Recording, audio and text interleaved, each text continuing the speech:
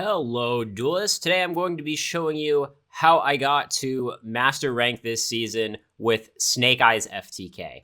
Now, if you didn't see my last video on how the FTK works, you gotta watch that. I will have a link to that at the end of this video. But, for those who don't know, the main deck, you can play whatever you want. It's an FTK deck, but, you just play the standard Snake-Eyes main deck. And that's kind of what I did. I decided to go with the Millennium build because it kind of gives you more room in your extra to be able to, run all the cards for the FTK, but not really have much opportunity cost to doing so. So, yeah, I'm not really going to talk about the main deck much. You can debate the number of hand traps. I went with, 2/2/2 on Veiler, Droll, Fualos. Extra, the one flex slot that we have here is this IP Masquerina. Everything else in the extra you need, but this you do not need. I decided to play this because in some of the non-FTK lines, I figured, well, I'll probably want to go Masquerina into Appaloosa so that it's unkillable. But I don't think that is necessarily something that you need too much. So if you want, instead of playing this, you can play Little Knight, you can play Desire, or maybe something else, maybe some sort of other Exceed monster. I'm really not sure, But what I'm going to do here now is I am just going to run through the last 10 matches that I played to get to Master. That is how I'm doing it this time. So 1, 2, 3, 4, 5, 6. Okay, so we're going to start versus Lucky 7. And I'm also going to look at our opponent's deck so you guys can know what the matchup was. Because, of course, if we FTK, well, we don't know what the matchup was. But, yeah, looking at this build, this looks like a pretty standard White Forest deck. The issue with White Forest decks is that they're a little light on hand traps. You'll notice that. So, let's see if we know that we won. But let's go ahead and watch it. And, I wasn't paying attention to how many turns it was. So we might have FTK'd. I know there are some White Forest matches that I won without FTKing. So this might be one of them.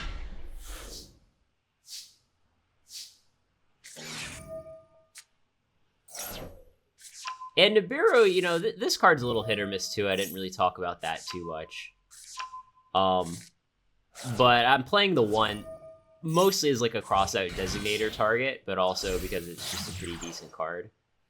So yeah, I decided to see if we can bait some hand traps here on the Fiendsmith engine, but we don't see any. So if our opponent just literally does not have any hand traps, this is an FTK, right? Any Millennium monster is an FTK. And yeah, I believe he Veilers me here, yeah. So he Veilers me, and then it's kind of a question of, okay, well, what do we do now? We still have some gas in the tank, though.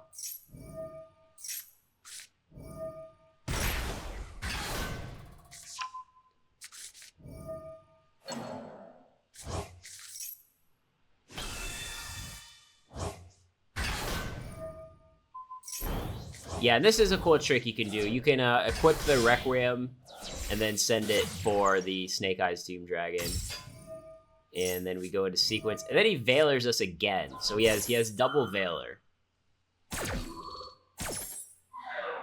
And then I think here we just go into Appaloosa and pass because we've got 4 materials. Yep. So you notice this time it's we went into Appaloosa without the IP Masquerina, which is why I'm thinking maybe we don't need that. And then we just max C in the draw phase. And then he imperms our guy. We're at 4,000. So to be honest, I was kind of scared we were going to lose. But our opponent just, does nothing. He must have just had a bad hand. When our Appaloosa gets impermed there, I just assume we're losing, 90% of the time. But this was in the 10%. And if I recall correctly, my time was starting to run a bit low at this point. So I was kind of struggling to decide what to do. I'm sure somehow we could, OTK our opponent. But I don't think I did.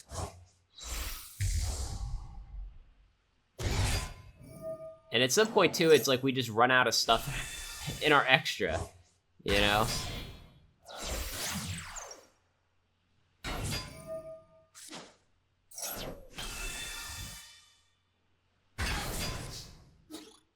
Yeah, so I believe, like, when I was attacking here, I think I literally had, like, 10 seconds left or something.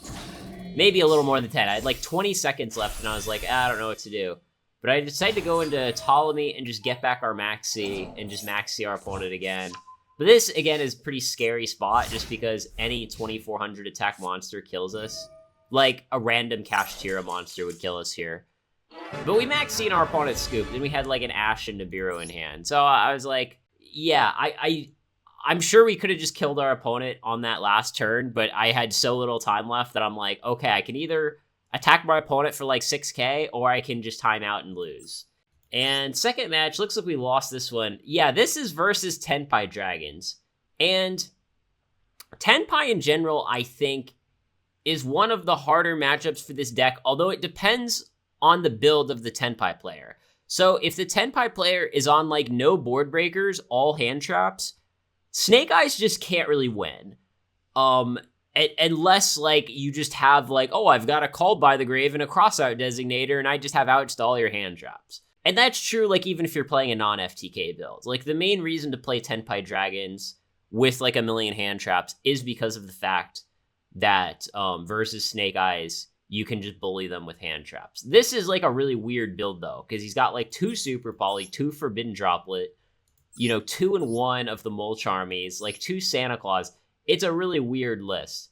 And, like, versus this list, again, we see, like, lots of board breakers. So of the Snake-Eyes decks, you know, this would be one that we would traditionally do well against, or do better against, I should say, not necessarily well. And our opponent elected to go second, so we basically just know that he's playing a Snake-Eyes deck, right?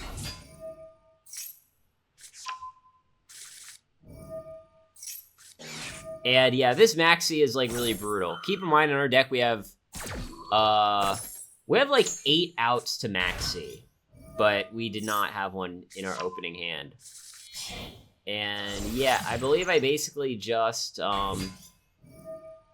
yeah, I think what I decided was, since our hand has like no hand traps, well, other than the Fualos, I decided to just go for the FTK and hope that our opponent was on a Tenpai build that's like all board breakers and like no hand traps other than Maxi. That was my plan. And it's a really shitty plan, but I literally had no other options, right? Like, if we just pass, I mean, the alternative is that we just let our opponent draw 1 off Maxi and say go, and just pass with like no way to stop a Tenpai Dragon OTK. Which, you know, our opponent's gonna have, what, 6 cards going into the next turn? I suppose it's possible that if we just hadn't taken the Maxi challenge, maybe our opponent just has no Tenpai engine, and then we can win that way. So it's kind of a question of, which do you think is more likely to happen? That our Tenpai opponent just isn't playing hand traps, and we just FTK him? Or that he doesn't have any engine cards and we get another turn. But yeah, I believe I just scooped here because I knew there was no way I was FTKing my opponent and he was going to have a million cards on his next turn. So no point in really wasting time there. And then looks like we lose again. Oh yeah, so this is versus Branded. Branded is, I don't know, I think Branded is like a really poor meta call right now, just because, I don't know, like, all of the decks are too broken. To me, Branded is like too fair and grindy to play in this meta, but a lot of people still play it. I think this was another one where like my opponent had like the right hand trap and like I just scooped or something. I mean, I will be honest, it's like,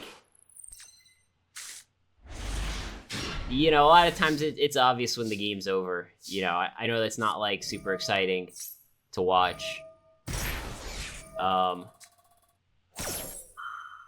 yeah, we Ash the Max.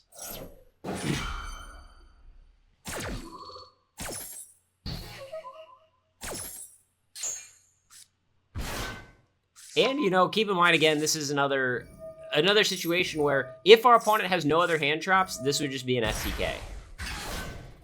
And Brandon doesn't really play a lot of hand traps.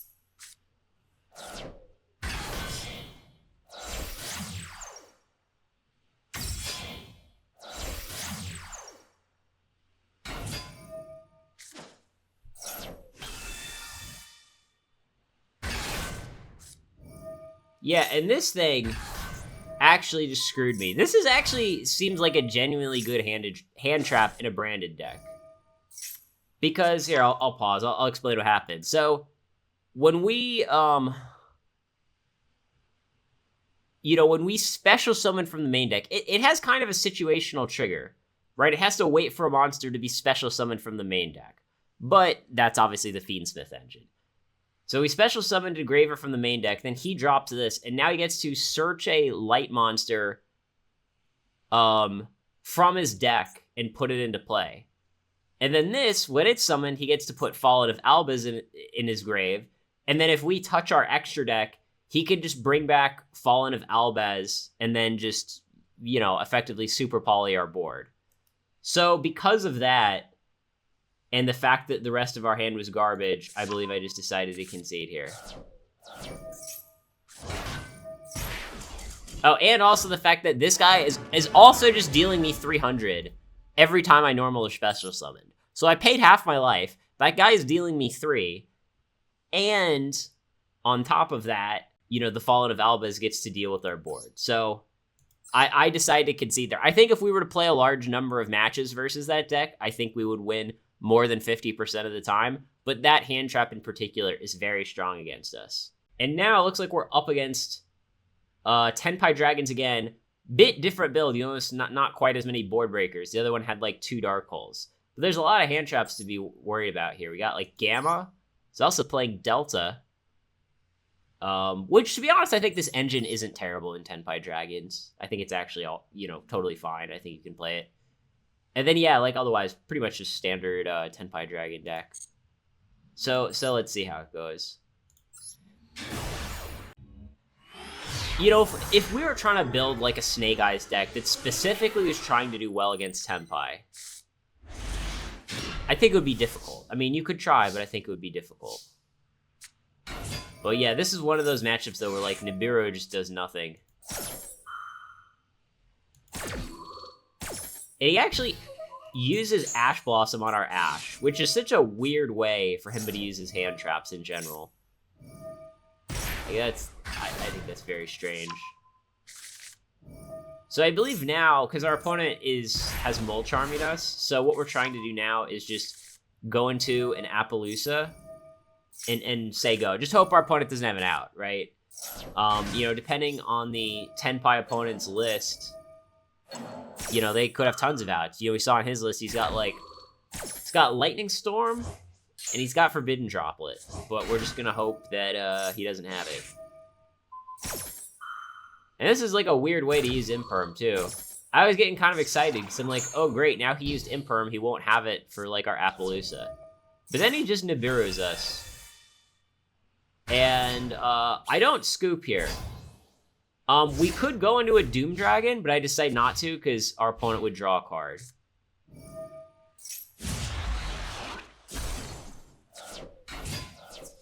So yeah, at this point I'm just hoping like, hey, maybe our opponent will play like a donkey and let us Nibiru him, but 99% of the time Tenpai Dragons does it. So yeah, this is just an OTK here. Because, at some point he'll just grab, oh, I don't know. Maybe that wasn't an OTK, because we had like a 6,300 attack guy. I think I should have played that out, to be honest. Alright, so the next one we win. Yeah, and we're up against a 60-card Rikka deck, which I do not think is very good. I do not think Rikkas are real. Not real at all. So let's see what happens.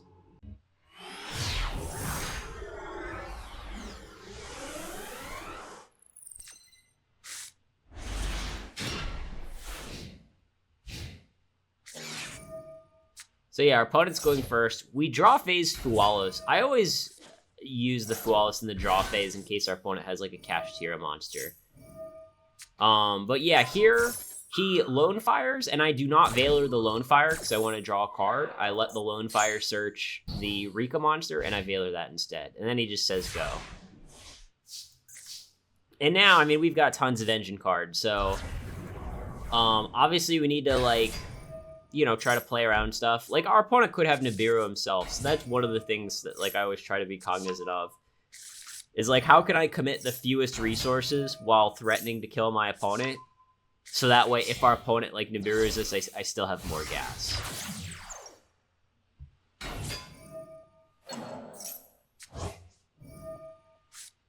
And yeah, just standard Snake-Eyes combos here. Our opponent's Nibiru is live. He does play Nibiru. He gives us a token in defense. But then we keep going.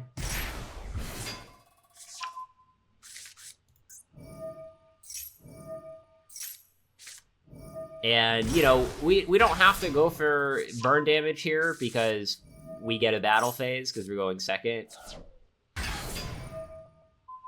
So yeah, I just put that guy in the spell or trap zone, and then just grab a Diabell Star, and then we attack for game. We're attacking for like 10k there. So yeah, I mean, in general, I think Nibiru is like a really good card against our deck, but sometimes we can still win even if they have it. So let's go ahead and check out the next one.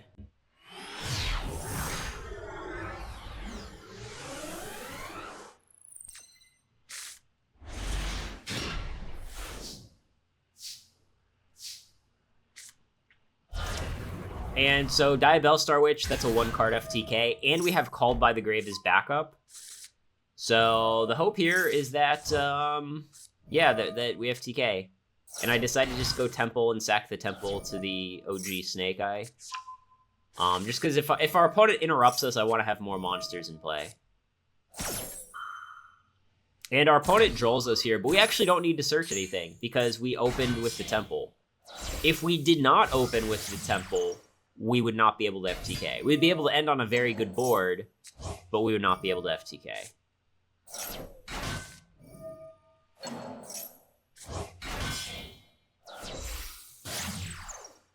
Oh, and I think I forgot to look at my opponent's deck list this time. So, I don't know what the matchup is, but some sort of matchup to play Stroll and Lockbird. We'll look at the deck list after and see what he was playing.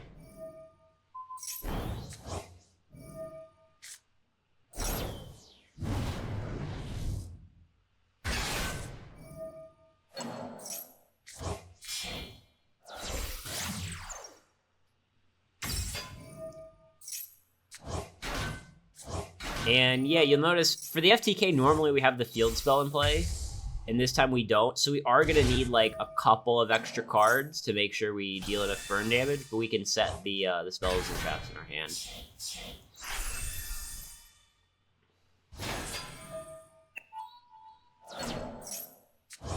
And yeah, I think our Ptolemy had like no good targets, so I just added back the Link Karibo.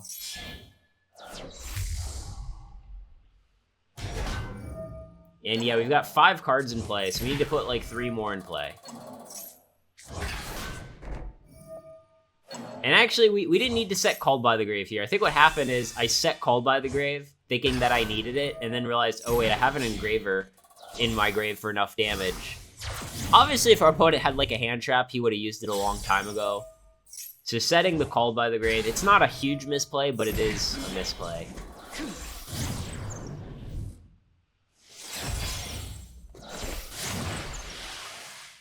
And yeah, I will say, you know, sometimes I do misplay with this deck. It can be kind of a difficult deck to play. Even normal Snake-Eyes is pretty difficult to play, comparatively speaking. And yeah, he just scooped because he realized he was dead. So what was he playing that last game? Let's, yeah, I think it was this one. So he was playing Tearlaments. In Tearlaments, like, as a matchup, I find this to be one of the more die roll dependent matchups because Tearlaments don't play a lot of hand traps. So if we're going first, we normally do very well against them. I mean, you'll notice his only hand traps are 2 Drolls, 2 Maxi, 3 Ash Blossom. And that's literally it. And some Tearlaments lists, it's like, okay, maybe instead of playing 7 hand traps, they're playing like 8, but they're not playing a ton. So if we go first, we're just going to FTK like a pretty large percentage of the time. But if they go first, they could set up some pretty strong boards and like play through our hand traps as well. Like I think Tearlaments, I think one of their strengths is that Tearlaments play through hand traps very well. And for our next match, it looks like our opponent is on like a 45 card build of like Snake-Eyes Azamina. And I don't know why he's playing so many cards. That's what I'm trying to figure out. Like, he's playing a few more hand traps. Like, Retaliating Sea, like, it can be good against us. Like, it stops our Diabell Star Witch FTK, but otherwise Retaliating Sea is not a very good card against us. It's situational. He's also playing like double Fiendsmith track. That's kind of a weird choice. But otherwise, it's basically just like standard Fiendsmith deck, looks like. And it's like versus sort of like a normal Fiendsmith Azamina deck. I think we're like slightly favored. I think the fact that we can FTK gives us a small edge in the games where we go first. So like, I know it's kind of silly to say, but I would basically consider this like a 51-49 matchup. So yeah, we decide to Mulcharmy in the draw phase. And he just makes a Sylvia and passes, which is a pretty standard play, actually. Yeah, and he just negates it. Now, we can use Called by the Grave to negate the Sylvia, but I realized that, like, well, we can just kill him and save the Called by the Grave for something else, right? Like, if he Bailers our Witch here, then I want to have Called by the Grave. Or if he, like, Ashes our OG Snake Eyes, then we can Called by the Grave. Here I just decide to Call by the Grave. I mean, you can let him draw a couple of cards and then droll instead. But here was my read. I'm like, he doesn't have Ash, or Imperm, or Veiler, or he would have used it already. So I made the read that his hand was 0 hand traps, and then just decided to use Called by the Grave on his Mulcharmy. And there's like 1,000 different ways that we can OTK here. Again, our priority in this particular, game state is going to be to play around Nibiru, right? We want to use the fewest amount of resources as possible to put 8,000 damage in play, so that if he Nibiru's us, we can still do something. And you notice we still haven't normal summoned, and we have Oak in our hand, so that's kind of like our backup card.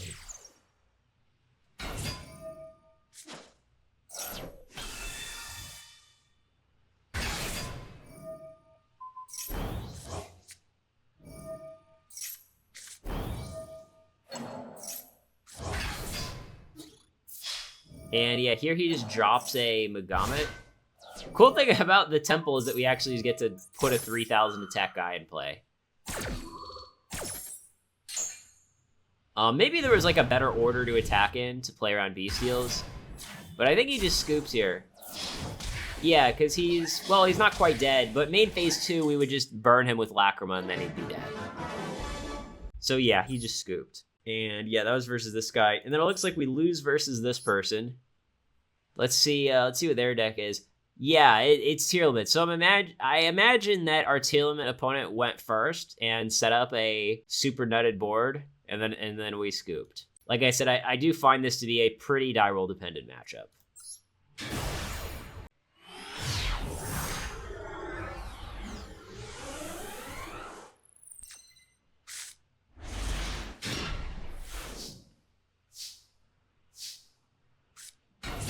So it looks like we're going first. Our hand is like really bad. So our opponent maxied, and I just decided to just not let him draw and say go. And this is like kind of an interesting scenario, because I summon the Snake-Eyes Ash and decide not to use its effect so that he can't trigger this effect to banish one of our cards. And then I believe he summons the guy he just searched. I Imperm to negate.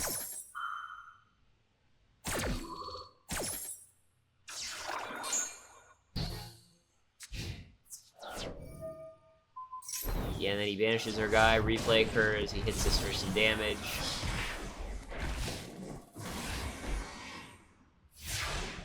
And then I believe, yeah, we top deck.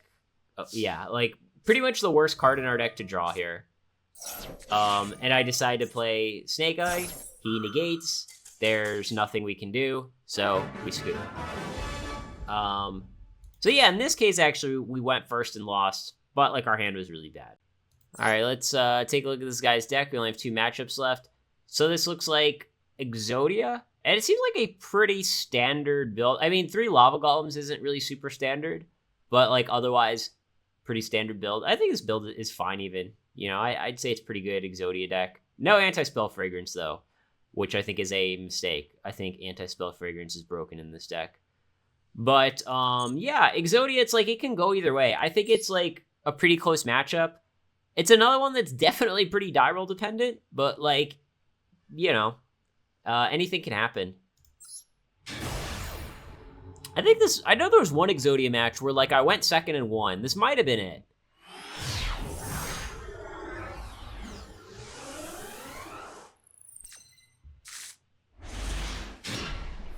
Oh no, it looks like I went first this game. This might just be an FTK.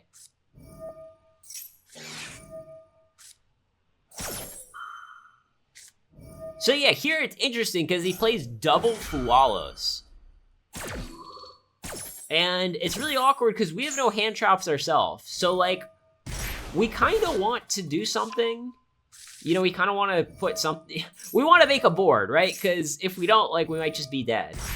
So what I decided to do is, yeah, I believe I just special 3 monsters in defense, give our opponent 0 draws, and then just say go. And next turn, this Seeker is gonna draw us a card. I use this now for some reason. Our opponent knew what it was. It doesn't really matter.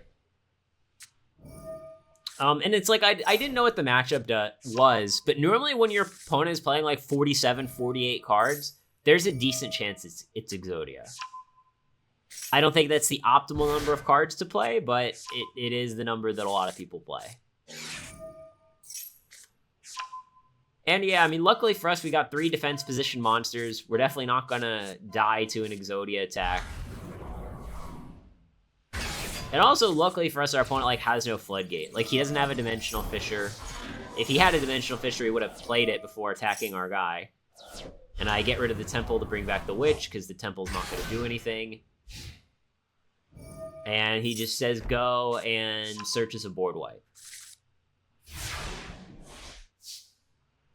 And now it's like one of the nice things about this matchup is we can put Snake-Eyes Doom Dragon into play very easily, which is super clutch in this matchup. Our opponent misplays by using his Heart of the Blue Eyes because since he's chaining his board wipe, the Heart of the Blue Eyes doesn't come back, so he basically just wasted that effect for no reason. So yeah, I decide to use my OG Snake-Eye spoils, and he just scoops. And we were going to OTK one way or another, unless his hand was like a bunch of hand traps. We were going to OTK. And if he scooped, clearly his hand wasn't a bunch of hand traps. So that was going to be an FTK, or an OTK, whatever. Last match, let's see what our opponent is playing. Our opponent appears to be playing kind of like the typical Sky Striker deck, right? Oh, he's got the alternate Art Ray. That's nice. And he's got like 2 foil ones. Okay. Yeah, so he's playing like sort of the board breaker build of Sky Striker, right? Kind of the build that I showcased on my channel about a month ago, where it's like, hey, you got evenly matched, you've got thrust to search evenly matched, and yeah, you're just kind of leaning on cards like that, cards like Lightning Storm, cards like Forbidden Droplet. This is one of the matchups, and believe it or not, Sky Striker is actually reasonably popular right now. They're like 5% of the meta. But this is one of the matchups where it is much better to be a Snake-Eyes FTK deck as opposed to like a normal Snake-Eyes deck. Because a normal Snake-Eyes deck, you're just going to set up your board and they're just going to dismantle it piece by piece. That's what they're going to try to do at least. I'm not saying they're always going to be successful, but this is one of those matchups where it is much, much better to be an FTK deck. And it says we won and the game lasted 1 turn, so... Spoilers, I think we FTK.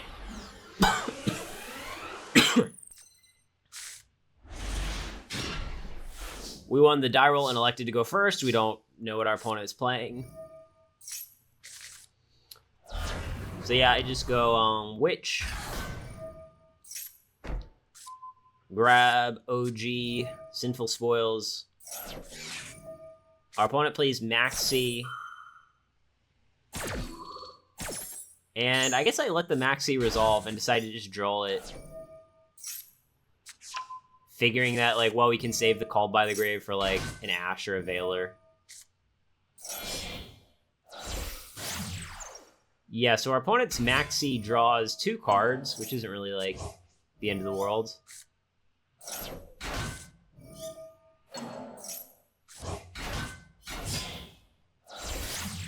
And again, in this case, the fact we opened the temple kind of gave us some extra options because we didn't need to search the temple with Poplar.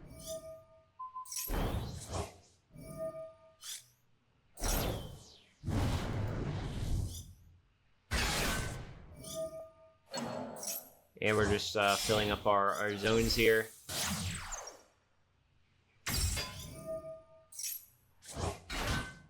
This is kind of a weird sequencing, but I think it works.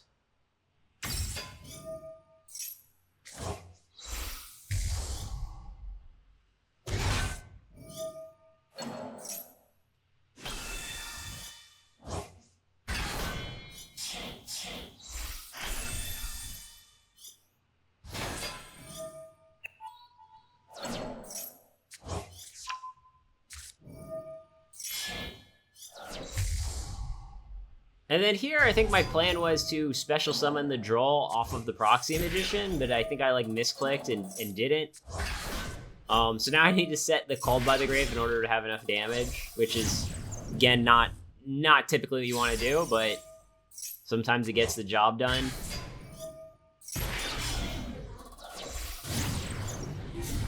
Yeah, and then we go into the Link 4 engine. And then our opponent is just dead. And I would assume that, like, our opponent's deck intends to be blind second. So, you know, if we played this matchup a large number of times, we are winning, like, almost every single time. Because our opponent just doesn't have ways to stop the FTK, and he's a blind second deck. So that's all the matches. Let me know, for the people that have watched my channel before, let me know if you like this format better than, like, the old one, where I would play the matches live and talk, like, as I'm playing them. I think I can be a little more insightful when the pressure isn't on me right now, and I can sort of comment about, oh, here's what I did and why. Let me know which format you like better. And again, if you guys did not see the Snake-Eyes FTK combo video, the guy that goes over all of the FTKs, ones even that weren't in this video, then yeah, go watch that that guide right here. Probably. Yeah, go watch it.